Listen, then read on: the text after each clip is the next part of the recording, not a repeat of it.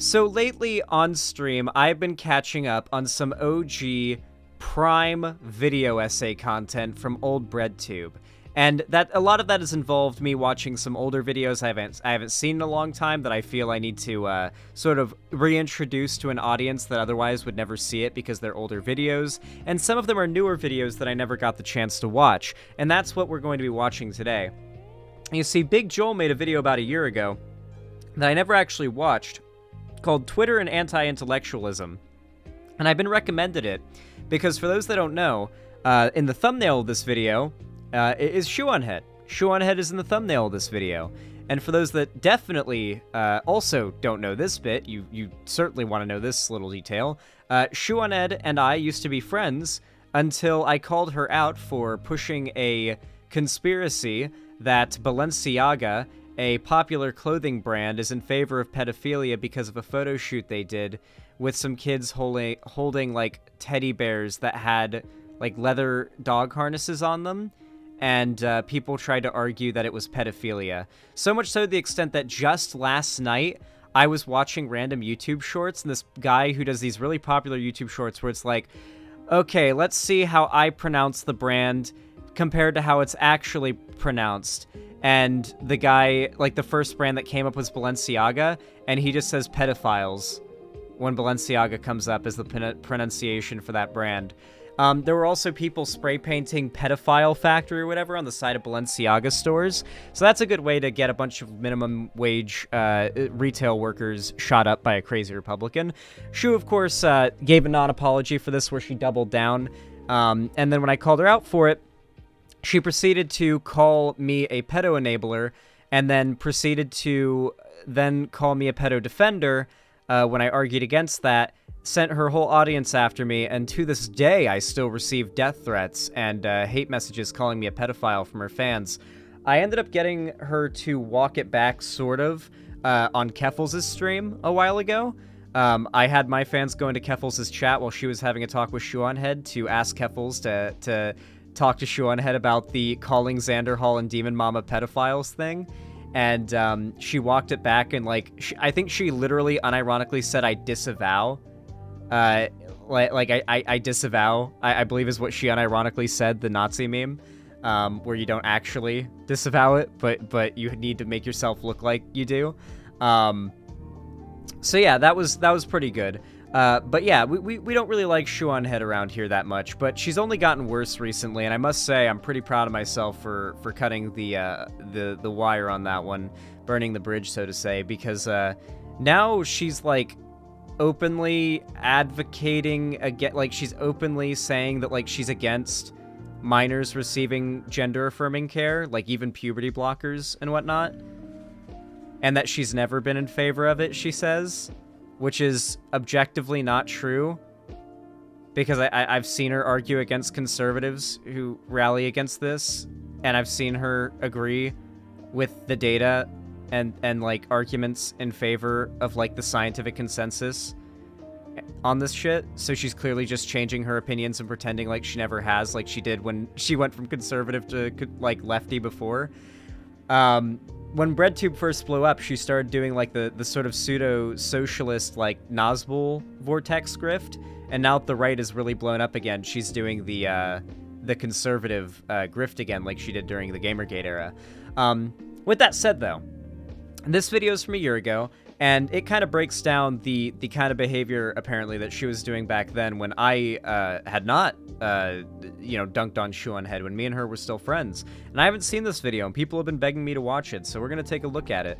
It's from Big Joel, and apparently it's pretty good. So let's give it a watch.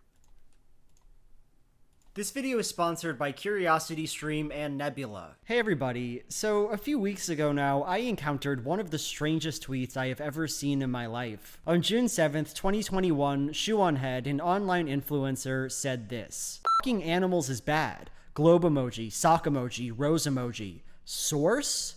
Looking at this tweet on first pass, it is almost incomprehensible, right? Like, what happened here? She was just hanging out online talking about how animal sex is bad, as one does, and then a bunch of globalists, social democrats, and I love the animation on this. That's what those emojis mean, all started hounding her for a source for that claim.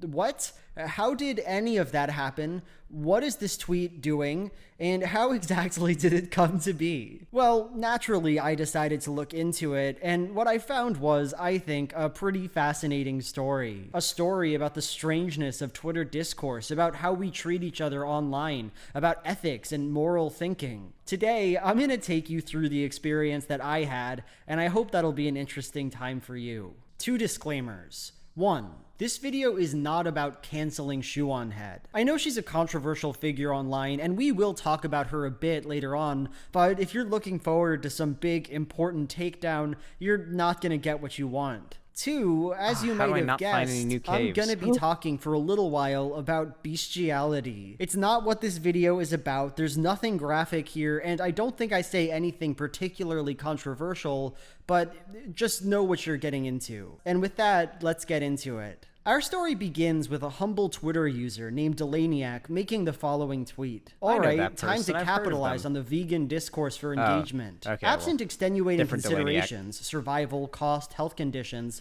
is killing an animal for meat morally different than bestiality? Please explain your reasoning below. Now, I'm going to tip my hand here and say that yes, I do think there is a distinction to be made between these 2 acts. But that doesn't mean this isn't a good question or that its answer is obvious. In fact, I'd say that thinking through it is pretty complicated. And since that's very relevant here... So he's going to be talking about ShoeOnHead's anti-intellectualism, how if somebody tries to bring up a discussion like this, she'll get involved for some reason, and then not understand that it's just a conversation about ethics in this context, get into an argument with people, and then she'll call them, like, defenders of bestiality.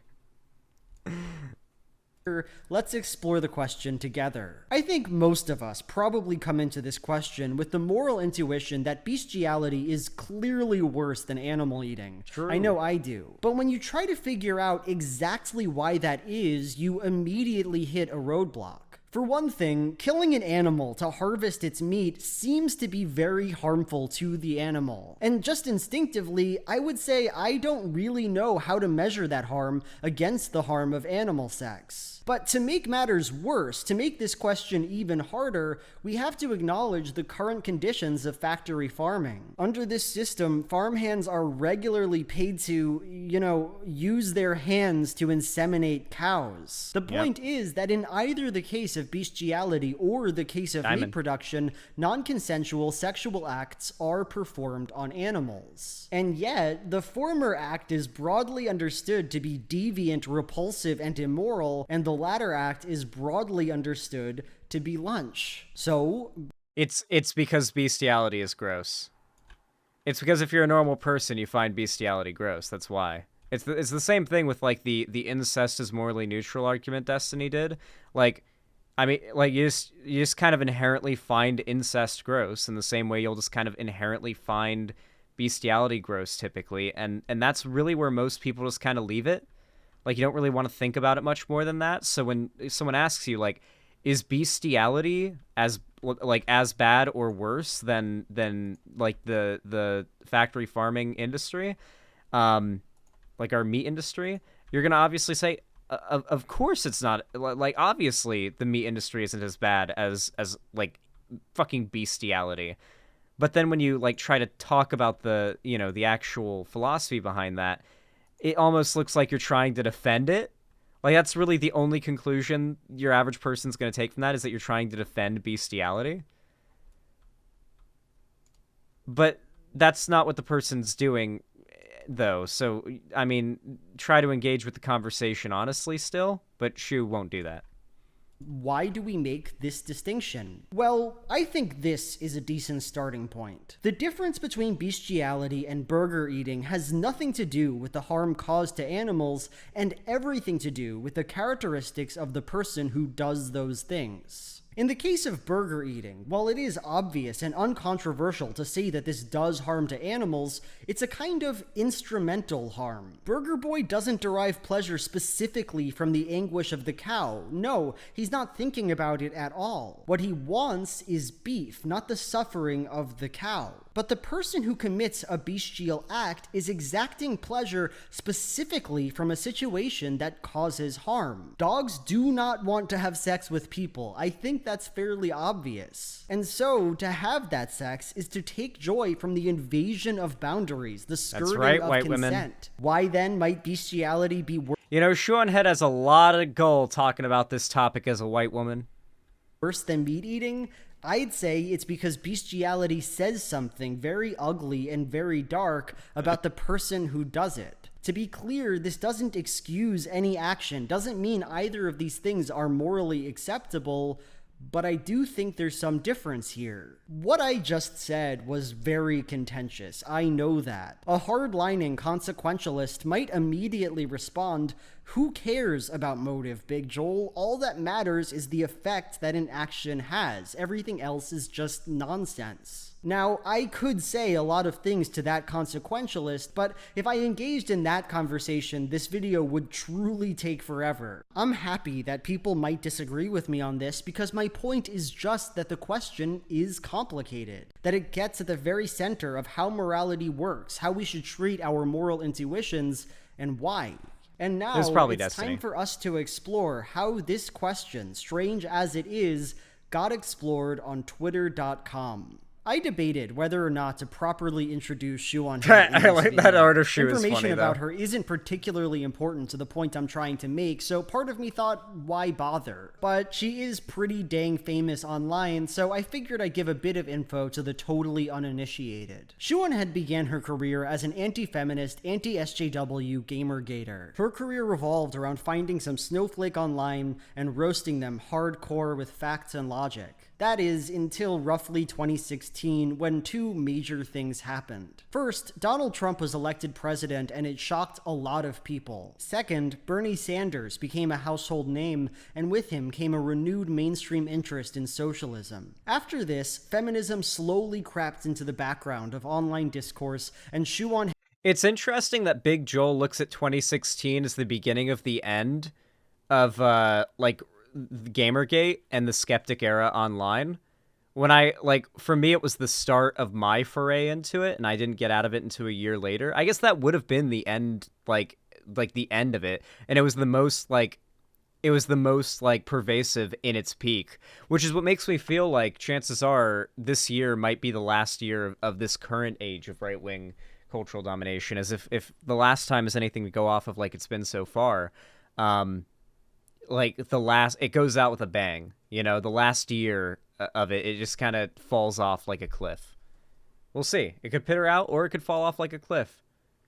Had changed gears in a good way. She was always a liberal, and she started emphasizing her support for leftist policies and Bernie Sanders more than her hatred for feminism and SJWs. A lot of people seem very concerned with the question, has ShoeOnHead changed? And I can't tell you the answer to that. She's a person. I'm sure her perspectives have evolved somewhat, but it's hard to say how specifically. Does she still think feminism is dumb as hell? Does she still think fatphobia is just made-up BuzzFeed nonsense? Does she still think women are biologically determined to be less funny than our men?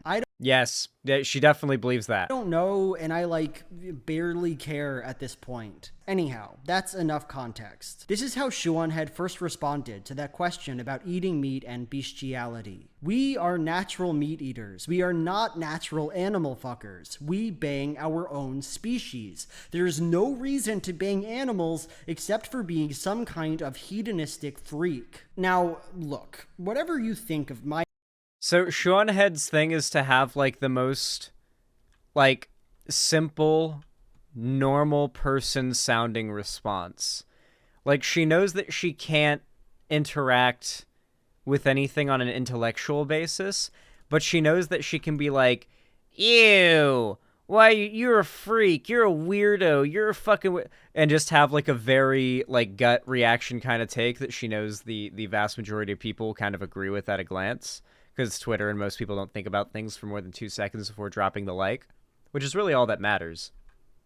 My account of the moral difference between these two acts, what Shue says here is a very bad answer. And that's for two fairly obvious reasons. First, the word natural has no coherent definition. That's not to say it's a bad word or that it has no uses, but it is imprecise and generally seems to refer to a random set of associations that people have. Second, and more importantly, even if we did have some coherent definition for natural, there'd still be no reason to think that what is natural must also be good. It seems intuitive to me to say that murder, which has been around since the beginning of humanity, is natural, and that eating an airhead, this synthetic processed treat, is unnatural. But I think I'm right when I say that murder is bad and airheads are delicious. Here's the thing. ShoeOnHead's argument here isn't just bad, it is iconically bad. It is the bad argument. Every debate nerd on this planet knows about the naturalistic fallacy. What's more, appealing to natural behaviors is famous because it is the go-to argument of bigots and social conservatives. Social Darwinism, homophobia, and racism have all been defended with claims about what is and isn't natural. I'm not saying that Shue believes in any of those things. I don't think that at all, but it's a bad argument with a bad track record,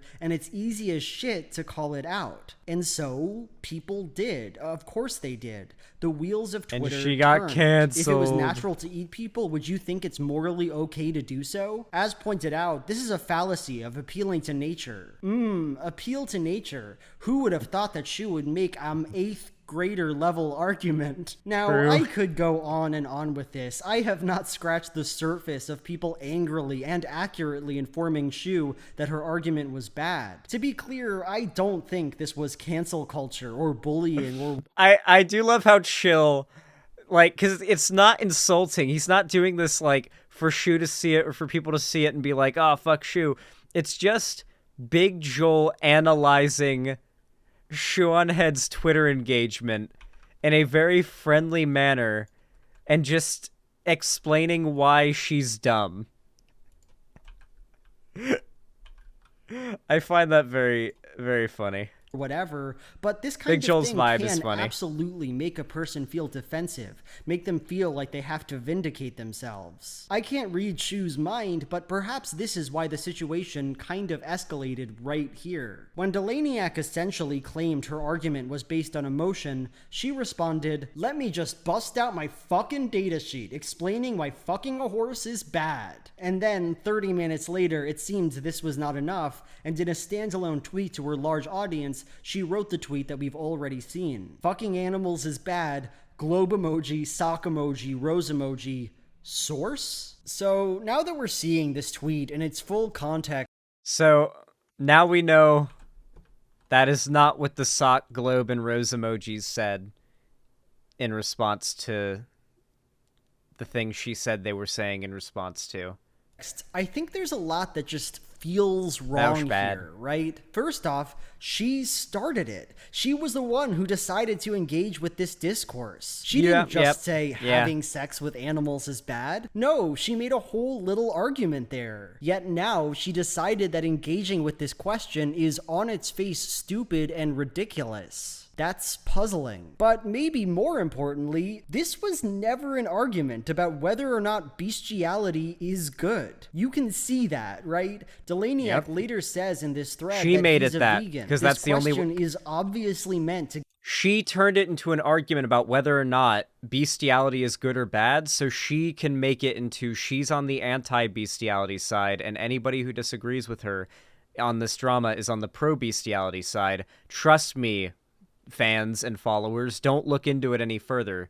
And then they just end up going and sending death threats to the person that she's covering and responding to, because her fans now think that the person she's having an argument with is into bestiality and is a zoophile.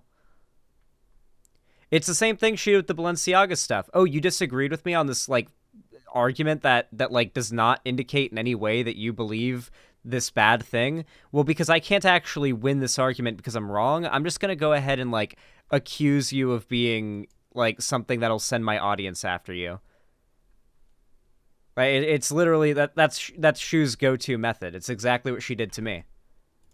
and Demon Mama. Shue, at the very least, in her like video about all of this, censored my name along with every other name of the people that she showed, so that like it'd be harder to find out like who they were and hunt them down and like try to harass them. But there was one person she featured the identity of and made sure they knew who she was. Didn't make any effort to censor their identity. And that person was Demon Mama. She didn't get her name censored at all. Demon Mama just was fully featured, name, face, and all, and was the only trans person that Demon Mama covered, or not Demon Mama, that Shue covered in the entire drama.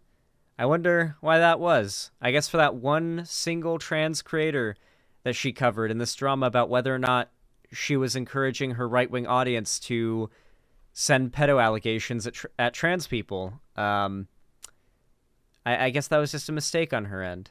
Oof. It's a tough one. To get you thinking about if eating meat is bad, not if having sex with animals is good. But Shue just eliminates that part, omits it entirely from her account. Again, puzzling. Also, there should be no better example of like evidence to why ShoeOnHead is like blatantly a grifter than the fact that Shue is now currently claiming that she's against puberty blockers being given to kids and views it as like grooming and like irreversible like destruction of a child's body and like they can't consent, all that shit. But recently had a friendly conversation with Keffals, because Keffals is a large public figure on Twitter, despite the fact that Keffals is like most known for helping young trans people get access to DIY HRT if they can't get access to it otherwise. Like some of them minors, right? Wasn't that the drama? So it's clear that, like, Shue doesn't actually care about any of that shit. She's just chasing the clout. So what's going on here? Well, here's what I'd say. Shue is crafting her tweet around the desire to make this discourse seem as silly and obvious as possible. First, she performatively extricates herself from the conversation, pretends she wasn't engaged with it in the first place, and in doing so, imagines herself as a hapless. Oh my god, no wonder people wanted me to watch this video so bad. Jesus Christ. Big Joel broke down ShoeOnHead's method into a fucking science. This is exactly what she did to me. I thought I knew her pretty well because we were friends and like she'd screwed me over and I was like, okay, I think I know her deal pretty well then. But Big Joel's got her read like a fucking book right now. Normal person who simply found herself involved with this awful conversation. Then she removes the context. No longer was this about veganism and how we evaluate moral transgression. Suddenly it's just, should I get sex with horses? A pretty trivially easy question for most people to answer. And although it might not look it, this process of performing a discourse in a way that makes it seem absurd or nonsensical is extremely powerful in a rhetorical sense, because in this moment she is able to implicitly ask a question. If this so-called ethical quandary was this easy for me to resolve, if it took none of my mental faculties, then what kind of weird-ass, vaguely suspicious person is getting stumped by this? This is what Shue means with the second half of her tweet, right? Look at all these. Vaguely, she means that, but the main point is to simplify all of it so that she's separated from all of it. This isn't drama she's taken part in at all. This isn't her being owned. And to simplify it to the extent that it's an inarguable discussion of, like, disgusting, gross thing everybody agrees is bad, or, like, her position, which is the irrefutably, inarguably good one. But that was never the argument or the dichotomy in the first place.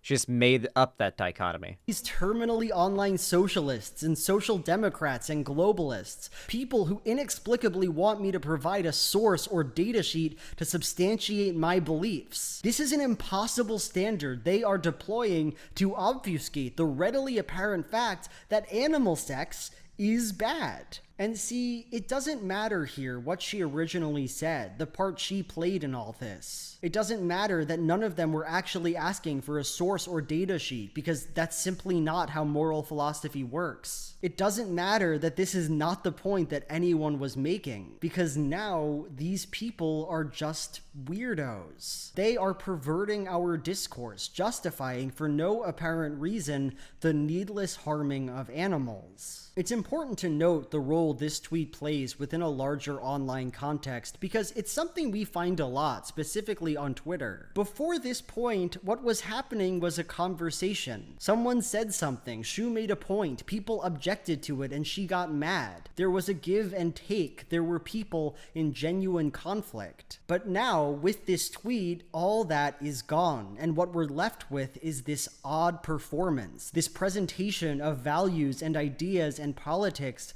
that is directed not to any person, but to the public. And this becomes clear. There it is. There it is. The point of all of it is to make it so all the people witnessing this go down on Twitter, because so many people follow her, just see her, quote-unquote, arguing with pedos or arguing with zoophiles, not getting mad because she got blown out in a philosophical discussion that she got herself into that she wasn't equipped to have. And so she decided to call everybody she couldn't, understand the argument of a bunch of zoophiles or pedos or whatever. With the final tweet that Shue made on this subject. You can see the tweet here, but what I'm more invested in is the responses that it got. Debate culture and its consequences have been a disaster for the left. Combos like that tell me there are some sick people in the world. If I was in a face-to-face conversation and had to tell somebody why they shouldn't do that to a horse, I'd just leave and then tell people that person wants to fuck a horse. How is bestiality as bad controversial? Why would one need to even elaborate on that? That's the reaction from Shue's fans who just see her twisting of the entire thing. And this was how people reacted when Shue told her fans I was a pedo defender. A lot of them didn't know what was going on. They didn't know Shue was lying. They just knew the popular YouTuber they trust was telling them this other figure with a platform is defending pedo shit. And yeah, a lot of them were saying trans people should go into the... They weren't saying trans people. They were saying the Tiesler. A lot of them were saying, Tieslers go in the wood chipper. And, they could see they all followed ShoeOnHead, and they were all coming from her posts because they liked it. But, most of them were just people who were convinced by Shue that I was some weirdo freak because of her twisting of the scenario. A lot of them were just normal, fine people who were lied to. Maybe letting everyone have an opinion was a bad idea. Free speech was a mistake. Imagine being publicly this passionate about horse fucking. I may not agree with you politically, but I swear you have some of the weirdest people that post on your threads, and I thank you for opening my eyes to how fucked up some people in this country really are. I feel like these comments should hit especially hard when this entire first half of this video is explaining what actually happened and how all of these comments are Shue's fans reacting to her, overtly lying about what actually happened to make herself look better. Shue is the good guy, the reasonable, common sense figure. Yep. And in order to sustain that narrative, a harmful political other needs to be invented. There is something inherently wrong here, and Shue, in her own small way, is setting it right. I started this video by disclaiming that this story was not about canceling or calling out ShoeOnHead, and I hope you see just how much I mean that. For one thing, he all still this just is deconstructed her entire a few game, though. tweets Jesus. that didn't go anywhere, an online drama that didn't add up to much. Hardly a reason to hate anybody. But also, when I look at Shue's actions here, I am deeply empathetic. Again, I am not a mind reader or a psychologist, but I can so easily imagine being in her shoes. Somebody asked a question. How is meat eating different from animal sex? Shue, I'm guessing, eats meat and has the strong desire to not have her actions be seen as similar to those of a horse fucker. I eat meat too, though I have been trying to reduce that since writing this video, and I totally understand where she's coming from there. So, she tries to make an argument. What if one of these actions is natural and the other is unnatural? But then, everybody just kinda gets mad at her, tells her that she's not making sense. But what if she didn't have an other argument? What if this appeal to naturalness was the only thing she knew how to offer? Yeah, she's not very smart when it comes to philosophy. She wouldn't be a conservative if she was. It's obvious that she holds real political values that she actually believes. I think that's evident. And a lot of them become apparent with, the things she says and does. But a lot of it you can also, you can tell when she's playing to the crowd because she needs to please an audience. And suddenly, she has a problem. If this is the one argument she can make, and if it's a bad one, then maybe she's wrong. Maybe she has no good reason to distinguish between her actions and those of a horse fucker. Jesus, that is a hard pill to even think about swallowing, right? So what does she do to avoid this uncomfortable line of thought? Well, as we've seen, she weaponizes that discomfort, makes a show of it. Why are you people talking about this? Why are you doing this silly thought experiment in the first place? You people are producing weird bestiality apologia, and if you can't see why that's not okay, that's your problem. Through this paradoxical logic, I'm better the fact than that you. she couldn't assemble a thoughtful position becomes evidence the moral of of the her story. moral virtue. Because unlike these freaks, she doesn't even have to think to know that she's right. She doesn't need a good argument. She already knows the truth. This is so good. No, this video isn't about shaming ShoeOnHead or pretending this event was some big deal when it wasn't. Actually, it's much worse than that. Because we can see here, in this mundane, random little moment, just how much we will do to avoid being challenged. How correct and virtuous we can look while doing so, and how fast we will find ourselves defaulting to this That's what the position. right does. We want to be pure, follow our intuitions, believe that we are fundamentally good. And so, the people who might disrupt our ability to do that must be impure, must be wrong. This is how a question becomes a contaminant, how critical thinking becomes a disease that needs to be stamped out. Because in a lot of cases, it is genuinely easier to perform incredulity, to invent some harm, to produce a political other, than to just think about something for a while. Oh my god, I feel myself shifting and changing. I think I'm about to enter my human form. Wow. Whoa. I'm real. It's him.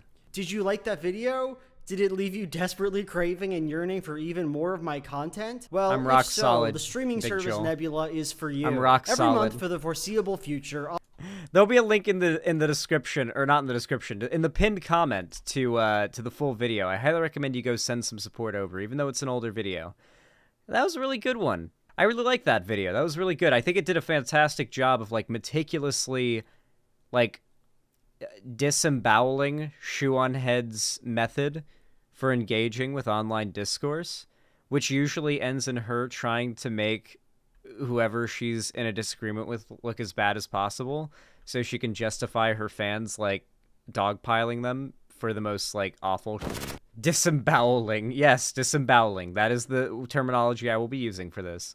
Yeah, that was a fantastic video. I wish Big Joel still made videos like that. I haven't seen him make an animated video like that in a long time. I was really surprised when I saw the animation style. It was really good. That was Pog. That was epic.